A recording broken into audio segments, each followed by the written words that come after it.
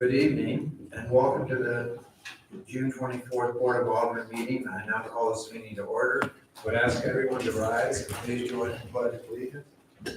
Pledge allegiance to the flag of the United States of America and to the republic for which it stands, one nation under God, indivisible, with liberty and justice for all. Thank you. I would ask the city clerk to call roll for attendance. Alderman Allen. Here. Alderman Harder. Here. Alderman Hughes. Here. Alderman Murphy. Here. Alderman Schwer. Here. Alderman Steinhubel. Here. And Alderman Wiesenhan. Here. I have Alderman Kinsella as absent, Mayor Remus presiding, and we do have a quorum. Thank you very much. Before we get to the minutes, just a couple quick comments. I thought and Alderman Murphy may talk on this. I thought the concert on Friday night was, considering the heat thing, was a great success and a wonderful band to put on a great show. I really think everybody had a great time, especially the people who were smart enough to get there early and get in the shade. Yeah. The only other thing I would say, off topic, but indulge me, this is just to encourage people, especially older people like myself. I've certainly seen in my office an increase in COVID cases recently. And I just had a 75-year-old gentleman who got COVID. And it then inflamed his coronary arteries. And he, despite heroic efforts by the ER staff, did not survive. And I know everybody has their own opinions on that. And everybody is free to make their choice. But I would just say think about that. Next, going on to the meetings. For the minutes from the June 10th meeting, seek a motion and second to approve. So moved. Second. Okay, any discussion or amendment on the minutes? All in favor say aye. Aye. And it appears to pass unanimously. At this point, I think we'll take a hearing to be efficient for the people in the audience to hear from the citizens. I think three or four people who want to speak, and when I call you, you just come up and give your name and address, and then for our protocol, you have 3 minutes to express your opinion on whatever topic you wish. First one I have is Kathleen Wood.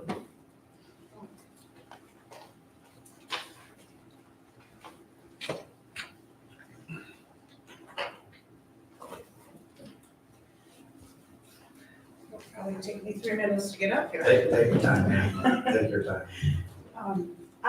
I'm just here to make sure that I am here when you talk about the 2 houses that are going to be built on Mule Lane.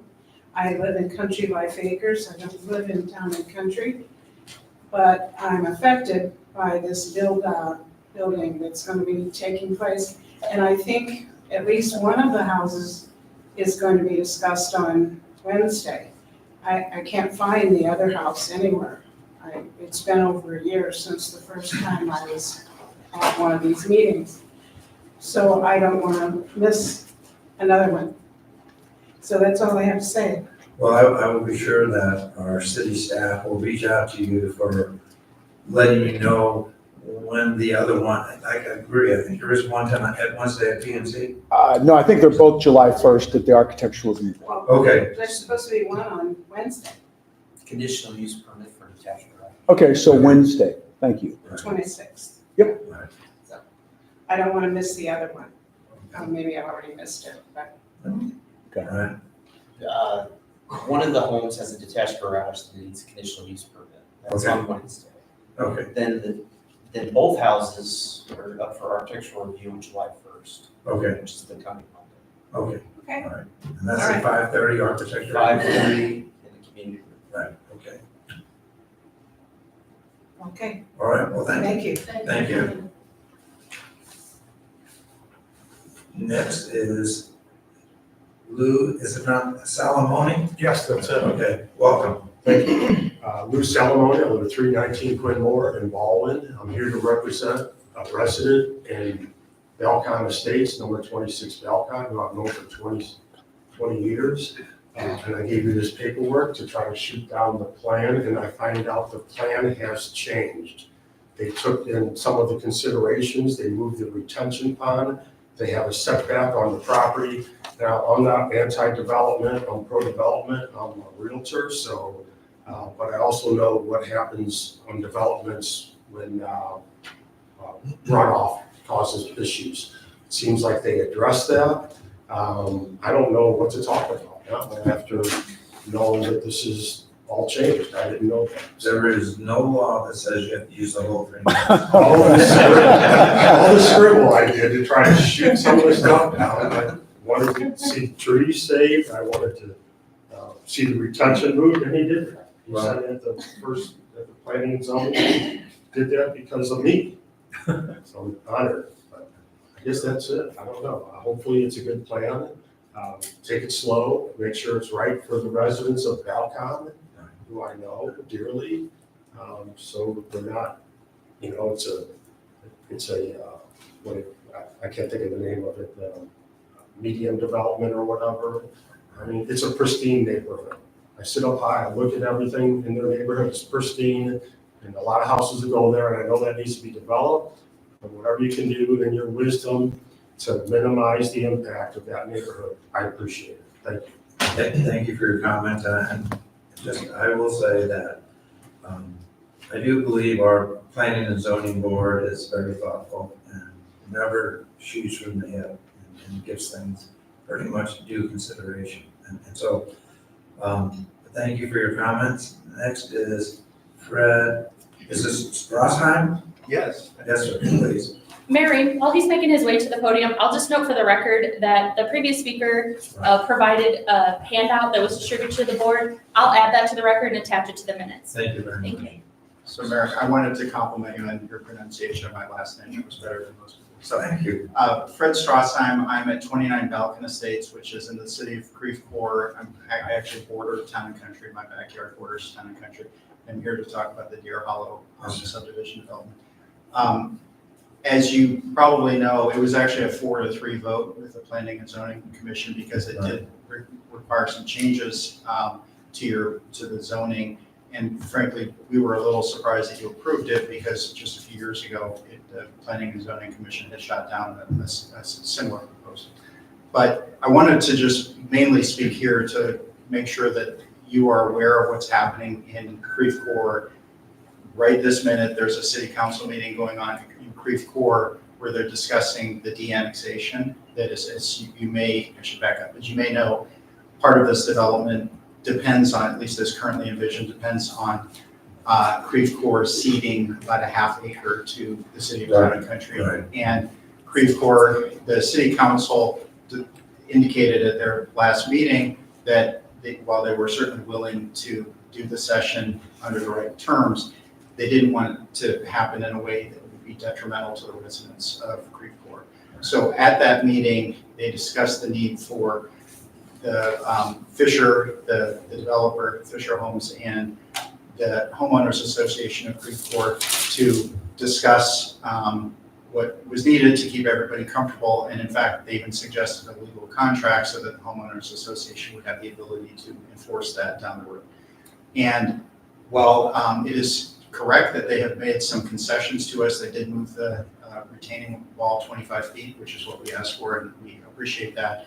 There's still some issues regarding the trees that haven't been fully resolved. I'm actually optimistic that they could be resolved, but we're not at the point now where we've got anything approaching a legal contract. There's been no back and forth. So what I would just respectfully request or suggest is that you let the issues in Creve Coeur play out, because obviously they need the half acre from the city of Creve Coeur.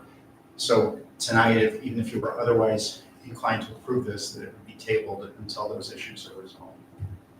Thank you for Thank you. your time. Thank you. Mayor, if I could real quick, Yes, I believe on the rezoning, and Mr. Spencer can correct me, it was approved by planning and zoning 10-0. 10-0. The 4-3 vote, I think, is the Woods Mill Was a prior prior. vote, just for clarification. It's my mistake. that's all right. It's fine, yeah. And next is Joe Geeson King? Geesa King, yes. Okay. I'm at number 31 on Balcony Estates, and I just wanted to speak to the broad strokes of the density of the application. It seems to me it's not in the spirit of town and country, and when we were here several years ago for another development, that seemed to be the consensus. And again, the issues that my neighbor spoke of, the trees and the other things that are being, my wife is currently speaking in Creve Coeur. We're just hoping for consideration in that regard. That's it. Well, thank you for coming over and giving us your opinion. Appreciate it. Thank you. That's all I've got. And we do not have any public hearings tonight. I don't believe we have any appointments. I would recognize the board's opportunity to provide reports. Alderman Allen.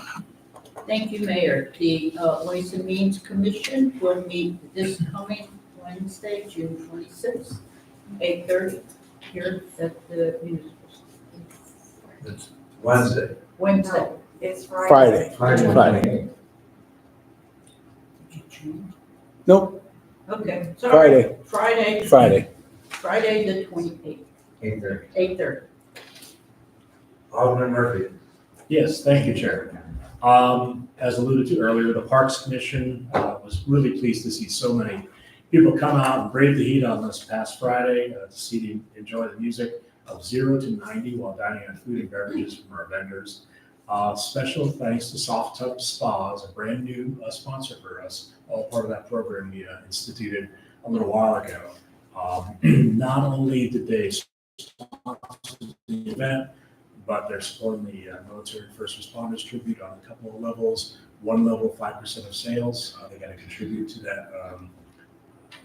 that piece of art. And then the other part would be that they're actually talking to our director of art to work out potential ideas and opportunities to collaborate on those type of things. We made a couple of real fast modifications on that event as well. Special kudos to Parks and Trails group under Ann. We did expand our parking opportunities. We had Hope Episcopal Church, First Church of Christ Science, Mason Ridge, and Longview Farm Park, along with shuttle services sponsored by Carson Charter Buses. So wonderful to see all those folks come together and support the effort. Just a quick FYI too, Longview Farm Playground is nearing completion every day, getting closer and closer. Meanwhile, Bricks for Kids and the tennis camps are active at Longview. Thank you. Adding the shuttle service was a big upgrade. I really thought that was a great touch. Alderman Weezy. Thank you, Mayor. Not particularly related to the commission, but we got an update from Mr. Sheldon last week about an officer who continues to go above and beyond as most of our officers do. There was a family going to a pretty crucial doctor's appointment. They were broken down on the side of the road, and this officer went out of his way to get them to the appointment on time, and we got an alert for an appointment in advance. So it's a testament to the officers that we have here individually, but as a whole, and I think it's a lot about it. And was the doctor running 2 hours late? But you know what, the arts officers do go above and beyond. On a routine basis, they do a great job. Alderman Hughes. Thank you, Mayor. The next meeting of the Architectural Review Board is set as you mentioned, from Monday, July the 1st, 5:30 here at the Municipal Center. All are welcome. Thank you. Thank you. Michelle, do you have any? Mayor, real quick, just a reminder for everybody, as the police department have been putting out and our staff, to remind everybody that fireworks are illegal in Town and Country. Not only that, as we witnessed last year, they can be dangerous and destructive to property. I think everybody knows we lost a beautiful pavilion at Drace Park due to fireworks, and some young people got into some difficulty because of it. So no fireworks, and the police department has provided disposal for unlit fireworks at the back of City Hall. So if somebody needs to get rid of them, we have a safe container for disposal. So please. Thanks. All right, moving on to unfinished business. Bill number 24-25, sponsored by the board as a whole. Without objection, will the city clerk read the bill for the second time? Bill number 2425 is an ordinance amending Title 4, Chapter 405, the zoning regulations of the Town and Country Municipal Code, specifically by the amendment of Section 405.1710.a and Section 405.1710.b regarding planned non-residential developments. Thank you. And at this point, I think we need a motion and a second to continue. Second. All in favor, say aye. Aye. Thank you. Next, bill number 24-26, also the board as a whole. Without objection, will the city clerk read the bill for the second time? Bill number 2426 is an ordinance amending Article 23 of Chapter 405, the zoning regulations of the municipal code of the city of Town and Country, by enacting Section 405.1804 and granting a rezoning change of 11.58 acres to be known as Woods Mill Crossing, located at 14302 South Outer 40 Road, from its current commercial district to a planned non-residential development district for single-family residential and commercial retail uses, and approving a preliminary site development plan for same. Thank you. Also for this, I seek a motion and a second to continue. So moved. Second. Thank you. All in favor, say aye. Aye. There's passion unanimously. Mary, I'll just note for the record for anyone watching that those items were continued to our next agenda, which is July 8th. Thank you. Thank you. Next, bill number 24-31, sponsored by Aldermen Louisiana and Steinhoff. Without objection, would the city clerk read the bill for the second time? Bill number 2431 is an ordinance approving a conditional use and authorizing a conditional use permit for an accessory structure not enumerated in the code, a greenhouse, located at 1285 Dry Ridge Road in the city of Town and Country. Thank you. I seek a motion and a second to approve. So moved. Second. Any discussion or amendment? I would ask the city clerk for a roll call vote. Alderman Weezingham. Aye. Alderman Steinhubel. Aye. Alderman Hughes. Alderman Harder. Aye. Alderman Murphy. Aye. Alderman Schwer. Aye. And Alderman Allen. Aye. The bill passes unanimously and becomes ordinance number 4637. Thank you. Next bill number 24-32, sponsored board as a whole. Without objection, will the city clerk read the bill for the second time? Bill number 2432 is an ordinance authorizing the city to enter into a TAP, Transportation Enhancement Funds Program Agreement, for the Topping Road Resurfacing and Pedestrian Improvements Project, Phase 2A, for and on behalf of the city of Town and Country with the state of Missouri, by and through the Missouri Highways and Transportation Commission. Thank you. I seek a motion and second to approve. Motion to approve that. So moved. Second. Thank you. Any discussion or amendment? Alderman Murphy. Yes, some questions for Mrs. Allen. I know we communicated a little bit earlier, so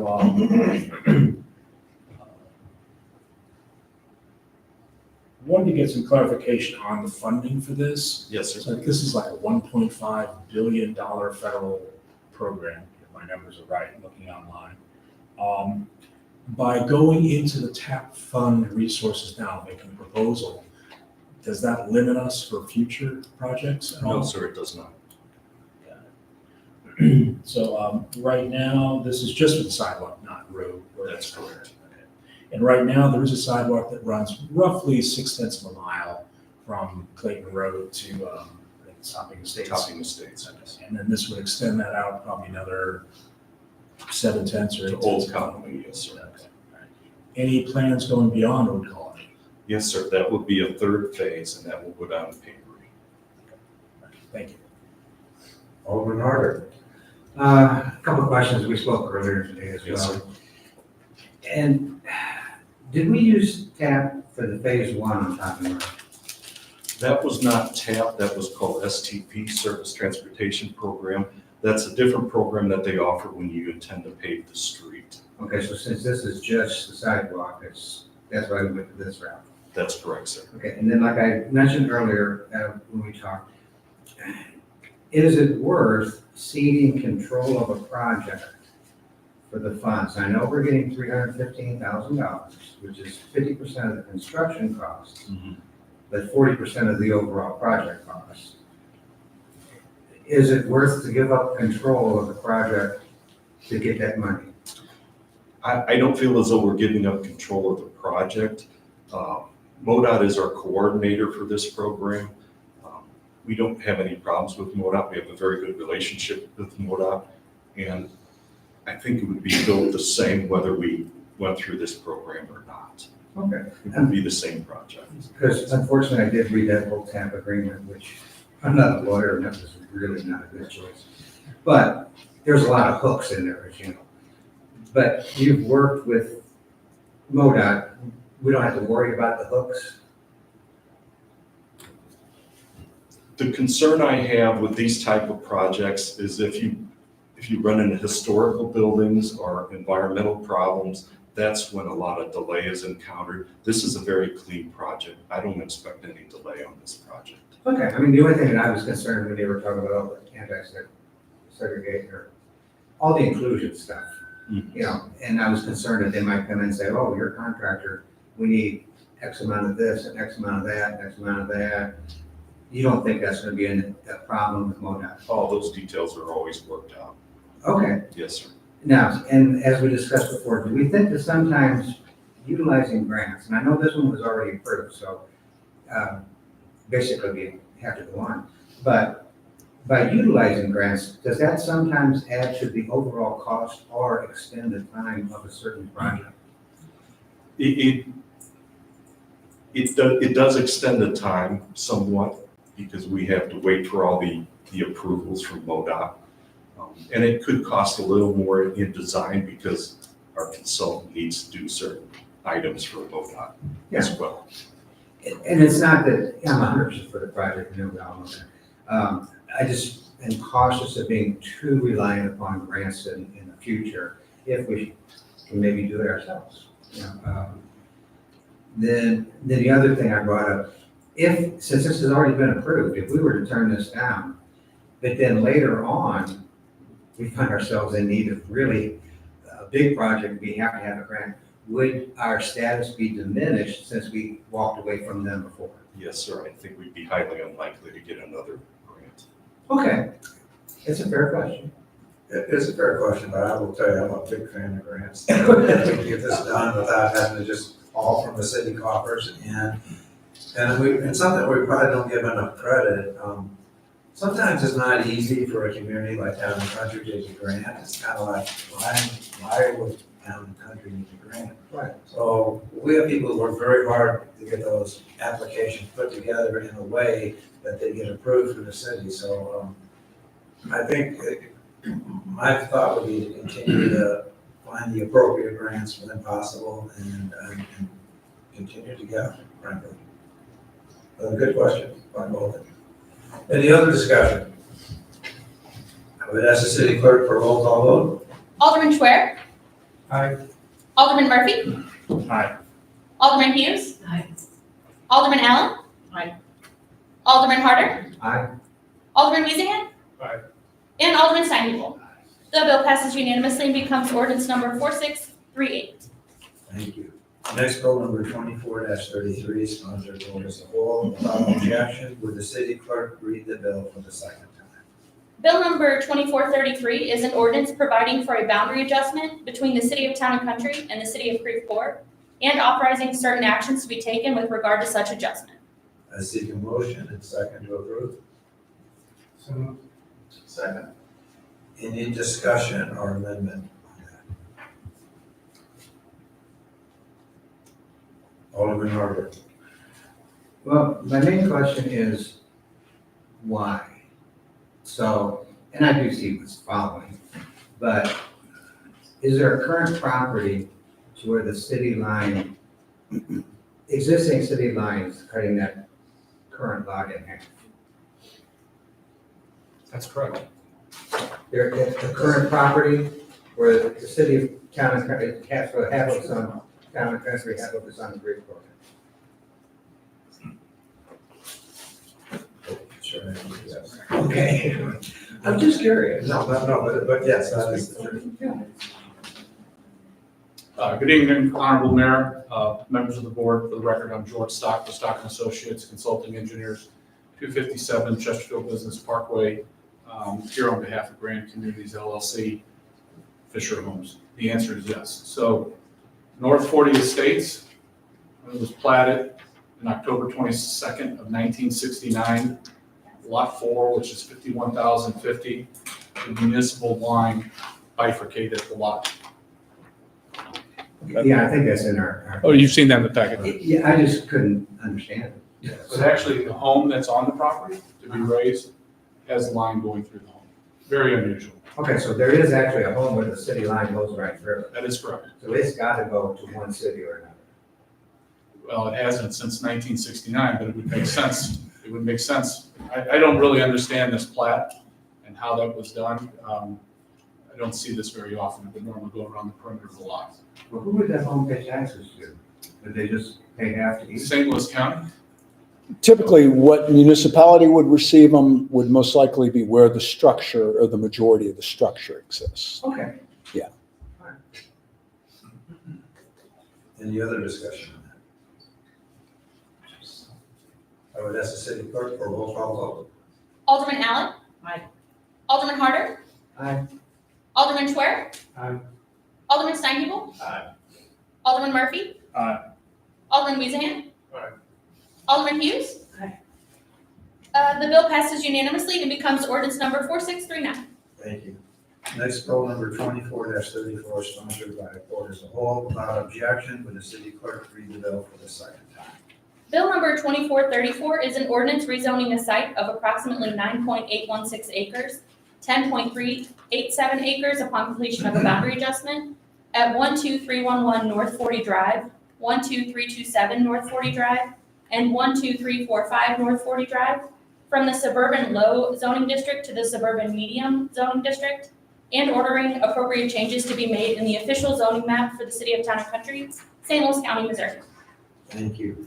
I seek a motion and a second to approve. Mayor, I have a question. Would this be a good time to offer a motion for continuance on this? I think we should, I think we have to have a motion and approve it, then under discussion and amendment, you can bring that up. I think that would be cleaner. A motion and second to approve first, and then it's before you guys can discuss that. So, seek a motion to approve. So moved. Second. Okay. Now, any discussion or amendment? Yeah, Mayor, I think in light of what, sorry, what you call it? Thank you, please. Thank you. I think in light of what some of the Balkan Estates residents have expressed tonight, I would like to see them as good neighbors. I think we should treat them as best as possible until there's a resolution from Creve Coeur, as well as having your legal document that the developer will adhere to your requests. I say we continue, or I make a motion to continue. Before I ask a vote on that, I would also hear from Alderman Murphy. Now we go. But before we do that, we do have a motion on the floor, so we need a second at this Okay. point. Okay, is there a second for that motion? Second. Go ahead. Alderman Murphy. Thank you. Just a couple of questions, kind of related to the earlier comments too. 9.816 acres versus the 10.387 acres. Is the plan preconditioned that you have to have the 10.3.87? Or is it built in and you could do it with the 9.816? How critical is that extra half an acre?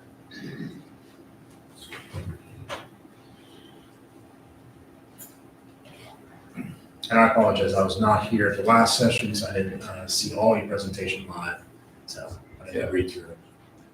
I'll just go back to this drawing initially.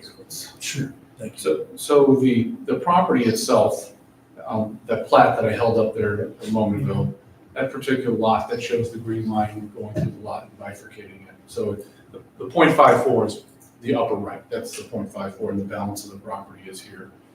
That additional half acre allows 21 lots on the subdivision.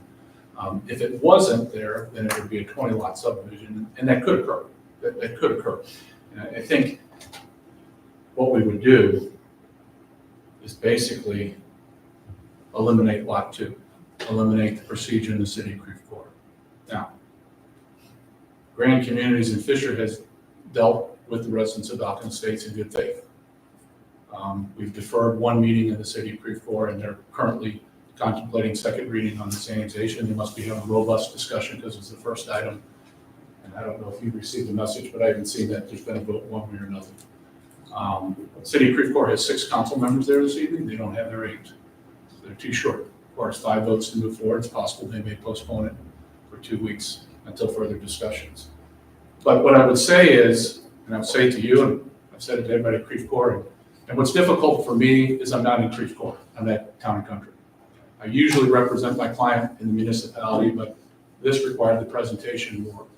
But going back to the planning commission in front of the city of Town and Country, this gentleman spoke and he raised some points. He's not an engineer, but he raised some points that I listened. And I went back to Grand Communities, I went back to Fisher, and I said some of the things, I'm not concerned with what his concerns are, but he brings up valid points. You know, what he brings up about excavating the slope and disturbing trees, there's merit in that. But I think our plan's sound. With that said, Grand Communities said, what can you do? I said, well, we should move the stormwater detention basin away from the corner. Where we had one was up near Lot 10, which is near Balkan Estates and near the creek. We relocated that basin, centralized all the basins here to the south. And what we did is this lot, which was formerly green space, we put 2 homes on that lot, removed the stormwater. The other thing we did is we started with the retaining wall 10 feet off the property line in accordance with the city requirements. We had buffer requirements for the plantings, both species, size, height, caliber. We doubled those, doubled them above the city of Town and Country standards. We moved the retaining wall additional 15 feet, 25 feet. And we did that under the guise of their arborists, not our arborists, their arborists. We thought we had an agreement. They asked for more. They asked for monetary compensation for the what if. What if some of the trees on their property were to die as a result of root intrusion and so forth? We agreed last week of a stipend of $5,000. $5,000 into their homeowners association, no strings attached, doesn't require a legal agreement. Our word's our word. It's committed to Town and Country, it's committed to Creve Coeur. Everything I've told Town and Country, I told Creve Coeur. I've been very transparent in all the discussions and where we're at. Regarding the stormwater, So I think what's important about these points is that half acre gets them 25 feet, gets them the double size in the species, gets them the bigger caliper there, puts $5,000 in their coffers. You don't have Creve Coeur in the mix, and it's Board of Town and Country. I'm not saying we would do anything different, but I'm just telling you, that's the situation. So they admittedly said, we're leveraging you. They raised their hands, they said at the Planning Commission in Creve Coeur, and there we did not have the unanimous vote. I think that's what the gentleman was referring to. It was not unanimous at the Planning Commission in Creve Coeur. It was unanimous in Town and Country. We think we've got a very good plan. The other point, stormwater, they have stormwater issues, and that's been on their radar quite a bit. And so we submitted a stormwater report, a report greater than any report we do at the time of rezoning. But the point that we were making, existing runoff, and I'll show you in a minute, but there's 2 areas. There's a creek that bifurcates the property, and there's area 1, and there's area 2, each side of the creek. So area 1 in the existing conditions, these are runoff. These are cubic feet a second. So if you look at the second column, there's a 2-year storm, 24-hour duration. There's a 100-year, 24-hour. What comes off the site of these 2 different areas are the second column. So 4.66 in the 2-year, 24, 10.94 in the other, 39.76. When we put in the stormwater basins, not just detention basins, nestled bioretention, rain gardens, etc., we reduce those flows by 82%. So the other thing that the residents have asked for is written guarantees that we have no stormwater. We don't do that. what we do is we do engineering plans, we do reports that go through the process of the Corps of Engineers, MSD, City, Town and Country, and they're approved in accordance with those requirements. And what we say is, here's our release rates. The difficulty why we can't give certainty that they don't get an improved condition or whatever problems they have can be mitigated with our project is the fact that it's interchange. So if you look at the interchange, you're all familiar with Old Drive, you'll see concrete flumes. Those are the lines running diagonal. They carry the water, including a chunk of Missouri Baptist Medical Campus. So the northwest corner of the campus drains out into the right of way. That's a culvert coming under the highway. So this little gray, that's a culvert. So all that water, all this interchange water comes underneath North Outer 40 and discharges in large diameter pipes in the middle of our property. So our area 1, 2 that I showed you, area 1 is to the right, area 2 is to the lower left. We have to preserve the creek, natural resources, riparian corridors, and let that water go through from offsite, and we attenuate in the stormwater basins that we have relocated from the property line of Dalton. So we're actually taking our water, which today, the runoff comes off Balkan Estates across here in Leeds. We're taking all this developed water, putting it back in these basins, and discharging upstream at a much greater reduced rate of runoff. So we're making tremendous improvements, concessions, use the word concessions, but the bar changes. We address the 25-foot setback, we move the stormwater, and then on Friday there's more requirements and requests. And that's fine, but at some point, we're hopeful that the governing authorities, the elected officials, see that the plan that we have meets the requirements, the goals and objectives of the city of Town and Country, does not cause an adverse impact to the residents of the city of Creek Fork. So we're doing our best, and as I've spoken to people in Creek Fork, I'm disappointed that I can't be there, but the meetings are on the same night. And why are they on the same night? Because it was deferred in the city of Creek Fork. I had them staggered. I had Creek Fork 2 weeks ahead of Town and Country, but because of the deferral, we end up at the same night. So I'm not there. I'm trying to monitor. Still hasn't, and nothing's happened in Creek Fork. Thank you, sir. Thank you, sir. You bet. I only asked the question about the acreage. Oh, well, you want to I want to talk. I hear you. Hey, another thing I'm curious about, my understanding is that there is a vacant house on that property. Have you looked at what the infrastructure below that is, or what condition, any issues with the tear down of that? My understanding is a house or some kind of structure there. Yeah, I don't know anything. I mean, I know of the home that's there, but I'm not sure what you're asking me. Any hidden surprises? Nothing that I'm aware of, and nothing that was divulged. I mean, we've done a survey, we've done geotechnical investigation, we've done phase 1 environmental. There's nothing that's coming. Alderman Louisiana. Thank you. Today, quick question. I'm not even sure who to direct it to, but I know one of the reasons for proposing continuance was for a legal document. Is that for what was referred to earlier between, I wasn't sure what parties were for that legal document. I think that they're worried that if Creek Corp approves the boundary adjustment plat, because there's not a mechanism, there's nothing for them to get that $5,000, there's nothing to insure other than, I'm like, well, everything we're telling Creek Corp, we're telling Town and Country, and Town and Country will codify it in a final development plan that's recorded. And you can make the condition that we give them the $5,000 before we get the permit. And we're not saying it, put it in writing and providing it to both cities and not give them the money. So, this legal document, that came up Friday. It came up Friday about this legal document. So how Creek Corp's handling it, I don't know because I'm here, but I think we're comfortable that we're not walking away from what we put in writing and sent to both cities last week. And to the residents, provided to them as well. Alderman, sorry, is that a condition that, I mean, if you're comfortable, is that a condition we can put in? I wish you would. Please do. We're fine with that. In the preliminary site development plan. Probably most appropriate, not rezoning that. Yes. On the next agenda item, it will be more appropriate because those are actually conditional. If that's something the board would be interested in. I would say, just for the record though, that this is all recorded and that the statement about the $5,000 was actually included in the packet as well for the public, and that's permanently retained. So we are getting this on the record quite a few times. The condition would be perfectly appropriate too though. Alderman Sandy, Well, I was gonna ask the same thing Chris said. I guess my fear is without some type of written document, without some notification somewhere, what still haunts me is the Mason Point issue where the homeowners are like, well, it was said to us and it was said to us, Right. right? And without a written document, we have nothing to go back on.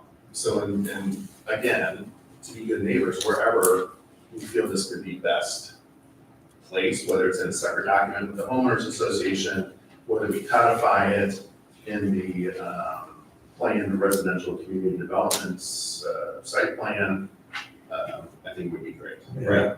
Codifying it in the site plan, to me, would be the best. Alderman Harder. Yeah, my question is, because I thought we were talking about the zoning first. Right now, you're actually talking about a continuance on the rezoning ordinance, underlying ordinance. Okay. So all we talk about the development is really irrelevant at this point. If it's necessary to make your determination on if you should continue the rezoning, then it's appropriate. If not, then we could move on. But it would be more appropriate with the next bill. Right. Right. Because I was just gonna ask on the rezoning, why? I mean, because we've got property, piece of property, which is forested, woods, whatever. The northern part of the property is all 1+ acre lots. So, and this is currently zoned 1+ acre lots. So why are we changing it? Ryan, you want to address that, Pride?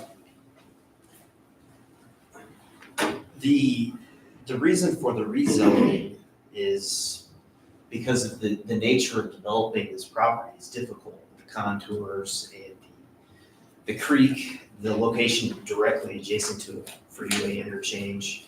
We have on the books what's called suburban low, suburban medium. Those are zoning districts that are along our freeway corridors.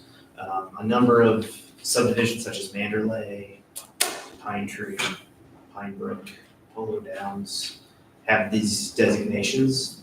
The comp plan calls for a higher density. It's in keeping with the comp plan. That's the nature of the rezoning, to allow, first of all, to allow for the ability to be eligible for PRC to properly align lots and preserve natural features, but then also to allow an appropriate density for that specific location, which is capped at 2 units per acre. Yeah, I understand that, but I just don't see how we can say that that couldn't be developed with 1 acre lots or, something more appropriate. Because that is a gateway coming into town and country, and if we jam a bunch on. I wouldn't call it a gateway. Well, as you're going down the outer road there, it says welcome to town and country. It's kind of a gateway. It's just a thought, Next week? Yeah.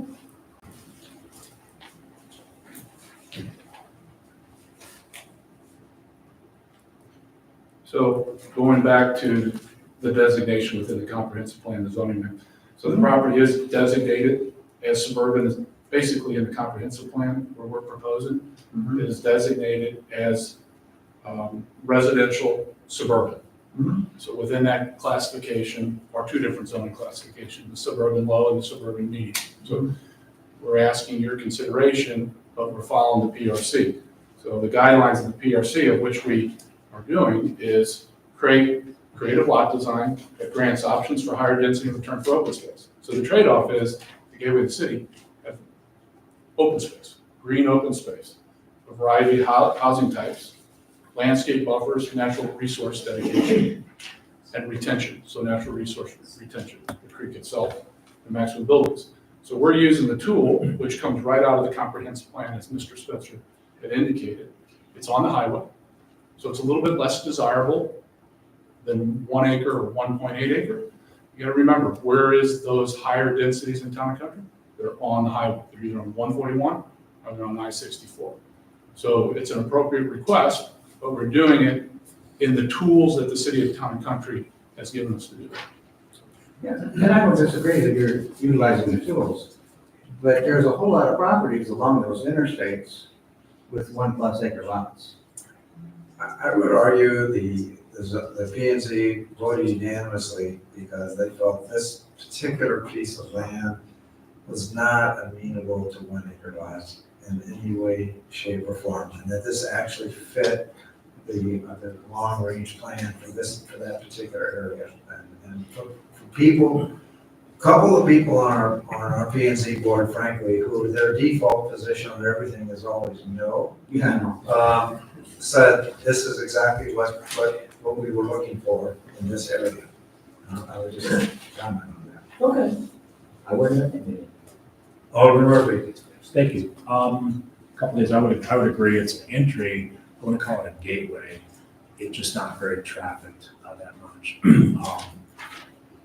The other question on hand is really just a protocol thing. I just want to verify. Right now, we're looking at a continuance on bill number 2433, which is basically saying that there's got to be communications back and forth coordinated with Creve Corps on the annexation part. Is that accurate? You guys have already approved 2433. And this is on 2434. And the comment I would make here would be more appropriate from a procedural standpoint to vote on this bill as is in the original, as originally before the amendment. And if we're gonna add an amendment, add it in the next bill. An amendment that is related to the site plan is absolutely most appropriate in our next agenda item. Right now, you guys need to take up the continuance before you can do anything on this bill. Right. Or it can be withdrawn if that is desired as well, but you are right, if there's any amendment. Yeah, I would say if you agree that what I was asking for would fit with what the mayor said, then I will withdraw. I am not saying that at all. I'm saying if an amendment, I will withdraw. if an amendment is desired, then we should take that up at the next to talk about the Balkan Estates money, yeah. So I withdraw my. Alderman Hughes, are you okay with the withdrawal of that continuance? Okay. I know we asked for a city clerk or roll call vote. So so we're all on the same page. Right now, you guys are voting for a motion to approve the rezoning of that property. We're on bill 2434. Yep. Okay, thank you. Alderman Weezahan? Aye. Alderman Steinhubel? No. Alderman Schwer? Aye. Alderman Harder? No. Alderman Hughes? Aye. Alderman Allen? Aye. And Alderman Murphy. Aye. It carries 5-2 and becomes ordinance number 4640. Thank you. Good discussion. Next, bill number 24-35, also sponsored board as a whole, without objection, with the city clerk read the bill for the second time. Bill number 2435 is an ordinance approving a planned residential community development to be known as Deer Hollow subdivision and approving a preliminary site development plan, preliminary plat with regulations, conditions, and restrictions. Thank you. Seek a motion and second to approve. Second. Alderman, and both at the discussion, Alderman Allen, your light is on. Thank you, Mayor. I have an amendment. Okay, I move to accept the substitute bill, 2435 for consideration. and, I second that. okay, thank you. And would you explain the changes of the substitute? Yes, thank you. The substitute bill number 2435 includes 2 changes to the reference plan date and permanent open space percentage following negotiations between the developer and Creve Coeur residents. Thank you. Would you like more clarification? I would just ask, anyone else has any discussion on that clarification? Alderman Weezahan. Don't have discussion on clarification, but to follow up the discussion from earlier, is this an appropriate time to make an agreement that, of the condition that was discussed for, I think, the gentleman from the other community question as well, but the $5,000 for their. I would offer that this substitute has been distributed to the public. We know that it is relative to the plans that we currently have before us. So it would be appropriate for you guys to get this in front of you, even if you're going to offer further amendments later, continue it, or whatever the case may be. I understand that Mr. Stock may be requesting a continuance on this item. If that is the case, if he does that after I get done chatting with you guys, I think what we would do throughout this meeting, Attorney Sluse and I have been working on amendments that would codify that payment to Creve Coeur residents, their HOA, and then also discussing some of the relationship with Creve Coeur needing to approve the boundary adjustment as well. So my suggestion to you guys would be get this substitute approved as it is currently written and has been provided to the public. Hear from Mr. Stock that he perhaps for the record wants a continuance, and then staff in the prevailing 2 weeks will work on another substitute bill that would codify all of this information. If that makes sense. May I speak?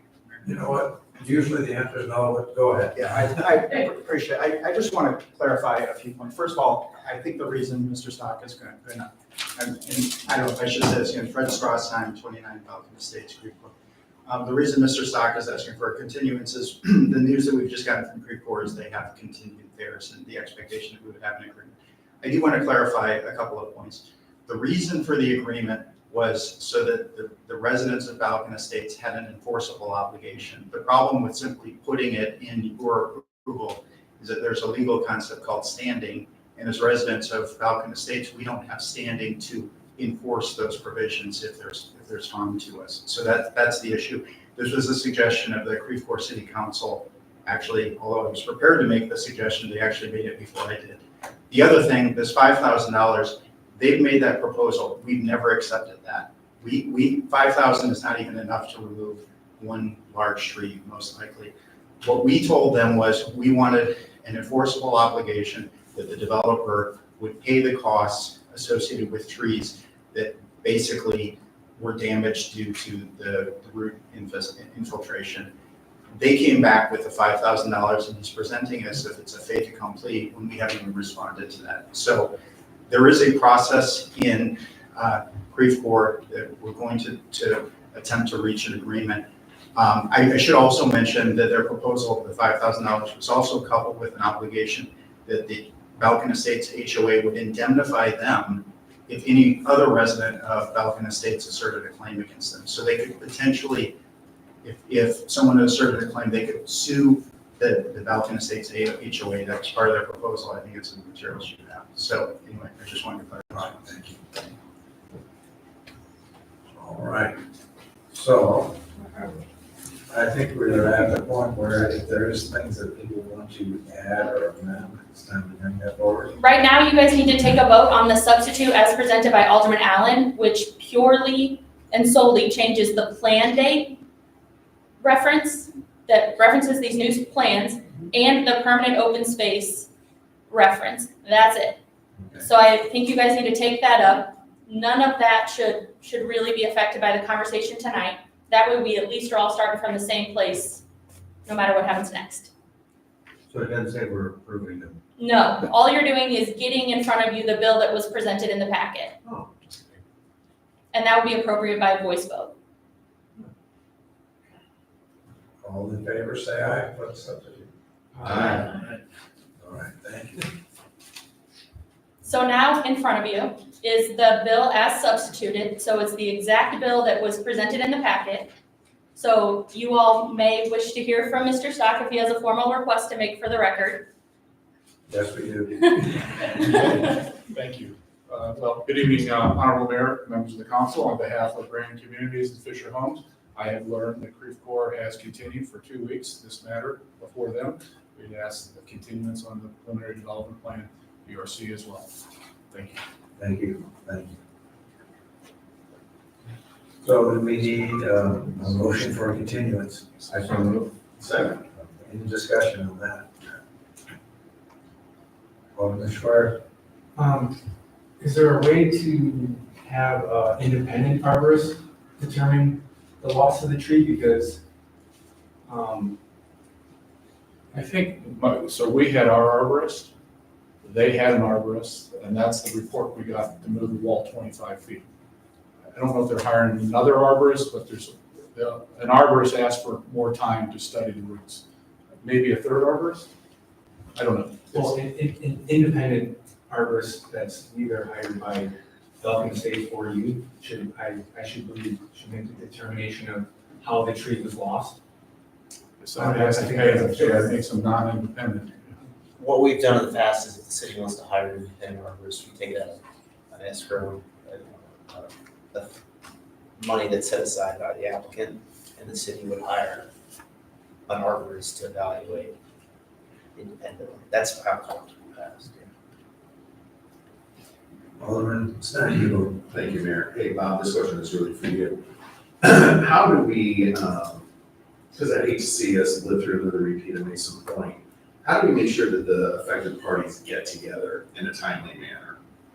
Well, Can we offer that, or can we Yeah. push that, or suggest that? Because, I mean, we can continue this all year if we don't get them talking to each other. yeah, I think it's, behooves the, it sounds like it's up to the arborist right now. That's what it sounds like is the sticking point, is the trees. I mean, it appears to me that being 25 feet off of those properties probably should not damage those roots from those residents' yards. But if the arborist can determine, and maybe Mr. Spencer's suggestion is an independent arborist looks at that and tells both parties it's good, maybe that's it. So I don't know that the city can compel both. I just don't want to Parties. sit here talking about this. No, I think it's, obviously, I think independent of town and country of record, it's in the builder's interest to get them moving forward, so I don't think that would be. Yeah. That would be great. Thank you, Mayor. Alderman Hughes. Thank you, Mayor. I have a quick question. Sure. We spoke earlier today about water runoff. Right? If at some point in the future it becomes an issue, who's liable? Yeah, I would not see that the city has any liability approving the project. The contractor, if some damage is done that does not currently exist, could be liable potentially. MSD would be approving this, reviewing and approving, and the engineer that designs it has their seal and their license by the state of Missouri. So they really have the liability. Okay, I just want clarification on that. Thank you. I would say at this point, I would ask the city clerk for a roll call vote on the continuation. Is that correct? That's fine. Alderman Harder, Aye. Alderman Steinhebel. Aye. Alderman Weezahan. Aye. Alderman Murphy. Aye. Alderman Allen. Aye. And Alderman Hughes. Aye. It carries unanimously, and that will be continued to the meeting of July 8th. Thank you. Moving on to new business, approval of liquor licenses as listed and distributed in the packet. I seek a motion and second to approve. Second. Any discussion or amendment? All in favor, say aye. Aye. Thank you. The warrant list is in the amount of $1,337,377.64. I seek a motion and second to approve. Second. All in favor, say aye. Oh, sorry, any discussion? I'm sorry, any discussion? All in favor? Can I ask one question, Mayor? Okay. Okay. Hey, and actually, this is for you, because I noticed it under your name, but like, I don't know what MOCCFOA means. That's the Missouri City Clerks and Finance Officers You Association. do know what that is. Yes. Is there any way, like, some of them, I just don't know what they're. Is there a longer description? Maybe we can ask them to ask questions. The software only allows certain, but at any time, if you have any questions, that's why we send these out, let us know. We're happy to address those. Any other Thank you, Mayor. You're fine, thank you. All in favor, say aye. Aye. I do not have any other business, but I will leave it open to the board. Alderman Weezahan. I had one quick question for Mr. Shelton. Oh, if you want to go first, Yeah, just looking for an update on the Mason. thank you. Michael?